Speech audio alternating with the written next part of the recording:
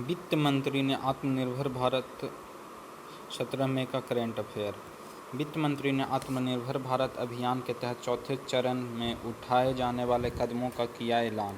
केंद्रीय वित्त मंत्री निर्मला सीतारमण ने कोविड-19 महामारी के बीच प्रधानमंत्री द्वारा घोषित आत्मनिर्भर भारत अभियान के तहत आर्थिक राहत पैकेज की कड़ी में कुछ और राहत उपायों को जोड़ते हुए आज चौथे चरण के कदमों की विस्तार से जानकारी साझा की है। भारत को आत्मनिर्भर बनाने के मुख्य उद्देश्य में से की गई यह घोषणा 20 लाख करोड़ रुपए के आर्थिक पैकेज का भी हिस्सा है, जिसका प्रधानमंत्री मोदी द्वारा 12 मई को ऐलान किया गया था।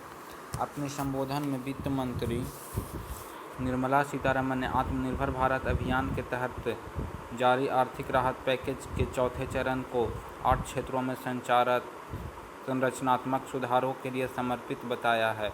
कोयला खनिज, रक्षा उत्पादन, नागरिक उड्डयन, हवाई अंतरिक्ष प्रबंधन, हवाई अड्डों रखरखाव, मरम्मत और समग्र केंद्र शासित प्रदेश में बिजली वितरण, अंतरिक्ष एवं परमाणु ऊर्जा। आत्मनिर्भर भारत अभियान के लिए आर्थिक राहत पैकेज के चौथे चरण के तहत किए जाने वाले 8 उपायों से जुड़ी मुख्य विशेषताएं। कोयला क्षेत्र। भारत सरकार ने इस क्षेत्र में प्रतिस्पर्धा, पारदर्शिता और निजी क्षेत्र की भागीदारी शुरू करने के लिए कोयला क्षेत्र में वाणिज्यिक खनन को लाने का निर्णय किया है।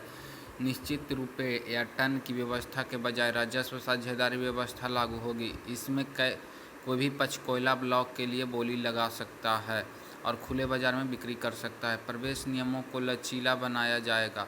तत्काल लगभग 50 ब्लॉक की पेशकश की जाएगी। पात्रता की कोई शर्त नहीं होगी। एक सीमा के साथ अग्रिम भुगतान किया जाएगा। पूरी तरह अन्वेषित कोयला ब्लॉकों की नीलामी के पिछले प्रावधान की तुलना में आंशिक रूप से अन्वेषित ब्लॉकों के लिए अन्वेषण सह उत्पादन व्यवस्था लागू होगी। इसमें निजी क्षेत्र के अन्वेषण में भाग लेने का अवसर मिलेगा।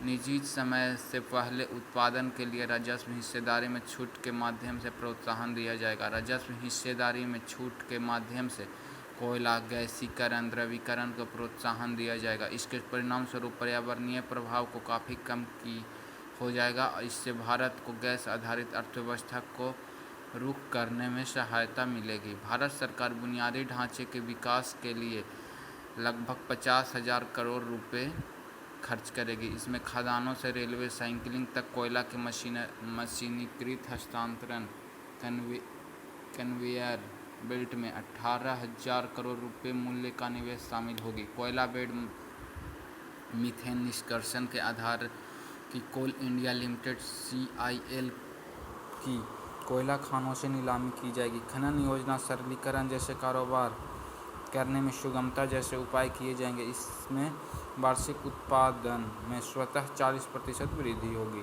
CIL के उपभोक्ताओं को वाणिज्यिक शर्तों में रियायत दी गई 5,000 करोड़ रुपए की राहत दी जाएगी। गैर बिजली उपभोक्ताओं के लिए नीलामी में आरक्षित मूल्य में कमी, ऋण की शर्त में ढील और उठान की अवधि को बढ़ाया जाएगा। ठाने की अवधि को बढ़ाया जाएगा। खनिज क्षेत्र विकास, रोजगार सृजन को बढ़ावा देने और विशेष रूप से अत्याधुनिक अन्वेषण प्रौद्योगिकी लाने के लिए निम्नलिखित के माध्यम से संरचनात्मक सुधार किए जाएंगे। खनिज क्षेत्र में निर्बाध मिश्रित खोज, खनन, उत्पादन व्यवस्था शुरू की जाएगी। स्वतंत्र एवं पारदर्शी नीलामी प्रक्रिया के माध्यम से 500 खनन खंडों की पेशकश की जाएगी। एल्युमिनियम उद्योग की प्रतिस्पर्धिता बढ़ाने के लिए बॉक्साइट और कोयला खनिज खंडों की संयुक्त नीलामी की जाएगी, ताकि एल्युमिनियम उद्योग को बिजली की लागत में कमी लाने में सहायता की जा सके। खनन पट्टों के हस्तांतरण तथा इस्तेमाल से अधिक बचे खनिजों की बिक्री की मंजूरी देने के लिए कैप्टिव और नॉन कैप्टिव खदानों के बीच को अंतर को समाप्त किया जाएगा। इससे खनन और उत्पादन में बेहतर दक्षता सुनिश्चित होगी। खान मंत्रालय विभिन्न खनिजों के लिए एक खनिज सूचकांक विकसित करने का प्रक्रिया है। खनन पट्टे प्रदान करते समय देय स्टाम्प शुल्क को तर्कसंगत बनाया जाएगा। रक्षा उत्पादन में आत्मनिर्भरता के लिए मेक इन इंडिया को बढ़ावा दिया जाएगा। इसके लिए वर्षवार समय सीमा के साथ आयात पर प्रतिबंध लगाने के लिए हथियारों प्लेटफॉर्मों की एक सूची को अधिसूचित किया जाएगा। आयातित पुर्जों को स्वदेशीकरण किया जाएगा और घरेलू पूंजी खरीद के लिए अलग से बजट प्रावधान किया जाएगा। इससे हमारे बड़े रक्षा आयात बिल को कम करने में मदद मिलेगी। आयुध निर्माणी बोर्ड के कॉर्पोरेटीकरण के माध्यम से आयुध आपूर्ति में स्वायत्तता, जवाबदेही और दक्षता में सुधार लाया जाएगा। स्वचालित मार्ग के जरिए रक्षा विनिर्माण में एफडीआई की सीमा 49% से बढ़ाकर 74% की जाएगी। अनुबंध प्रबंध के सहयोग करने के लिए एक परियोजना प्रबंधन इकाई PMU की स्थापना की जाएगी। हथियारों प्लेटफॉर्मों की सामान्य स्टाफ गुणात्मक आवश्यकताओं GSQR की यथार्थवादी स्थापना होगी और ट्रायल एवं टेस्टिंग प्रक्रियाओं का जीर्णोद्धार किया जाएगा। नागरिक उड्डयन क्षेत्र एयर स्पेस प्रबंधन भारतीय हवाई क्षेत्र के उपयोग में प्रतिबंधों को कम किया जाएगा ताकि नागरिक उड्डयन अधिक कुशल हों। सरकार विमानन क्षेत्र के लिए प्रतिकूल 1000 करोड़ रुपये का लाभ लेकर आएगी। इससे हवाई क्षेत्र के इष्टतम उपयोग होगी। ईंधन का उपयोग बस समय में कमी आएगी और इसके सकारात्मक पर्यावरणीय प्रभाव भी होगा।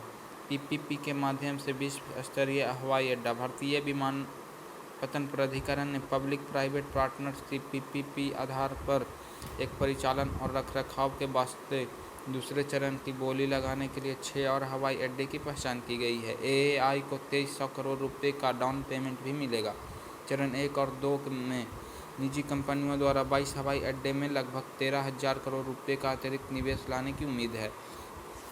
तीसरी चरण की बोली के लिए 6 और हवाई अड्डे का उपलब्ध रखा जाएगा। परमाणु ऊर्जा केंद्र सरकार द्वारा कैंसर और अन्य बीमारियों के लिए सस्ता उपचार प्रदान करने और मानवता के कल्याण को बढ़ावा देने के लिए चिकित्सा आइसोटोप के उत्पादन के लिए PPP मोड में अनुसंधान रिएक्टर की स्थापना की जाएगी। इसके अलावा सरकार द्वारा खाद्य संरक्षण में विकिरण प्रौद्योगिकी का उपयोग करने के लिए PPP मोड की सुविधाएं, कृषि सुधारों को पूरा करने के लिए और किसानों को सहायता प्रदान करने के लिए भी इसकी स्थापना की जाएगी। भारत के सुदृढ़ स्टार्टअप पारिस्थितिकी तंत्र को परमाणु क्षेत्र से जोड़ा जाएगा। इस उद्देश्यों की प्राप्ति के लिए अनुसंधान सुविधाएं और तकनीकी उद्यमियों के बीच तालमेल को विकसित करने के लिए प्रौद्योगिकी विकास ऊष्मायन केंद्रों की स्थापना की जाएगी।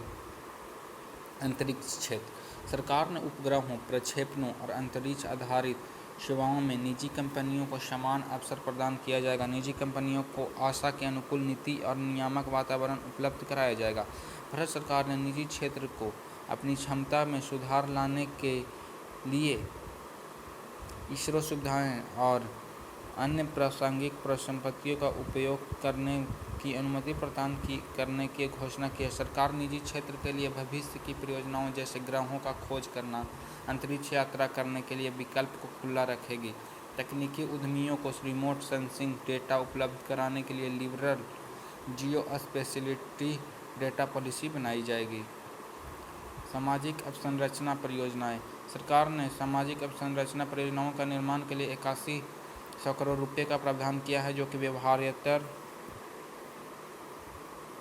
अंतर्वित्तपोषण योजना के रूप में जाएगा। सरकार व्यवहार्यतर अंतर्वित्तपोषण यानी वायबिलिटी गैप फंडिंग की मात्रा में 30% तक वृद्धि करेगी। BGF के रूप में केंद्र और राज्य वैधानिक संस्थान द्वारा प्रत्येक परियोजनाओं की कुल लागत के लिए अन्य क्षेत्र के लिए भारत सरकार और राज्यों वैधानिक संस्थानों में से प्रत्येक के लिए BGF का मौजूदा समर्थन 20% जारी रहेगी। ये परियोजनाएं केंद्रीय मंत्रालयों द्वारा सरकारों वैधानिक संस्थाओं द्वारा परियोजनाओं को प्रस्तावित।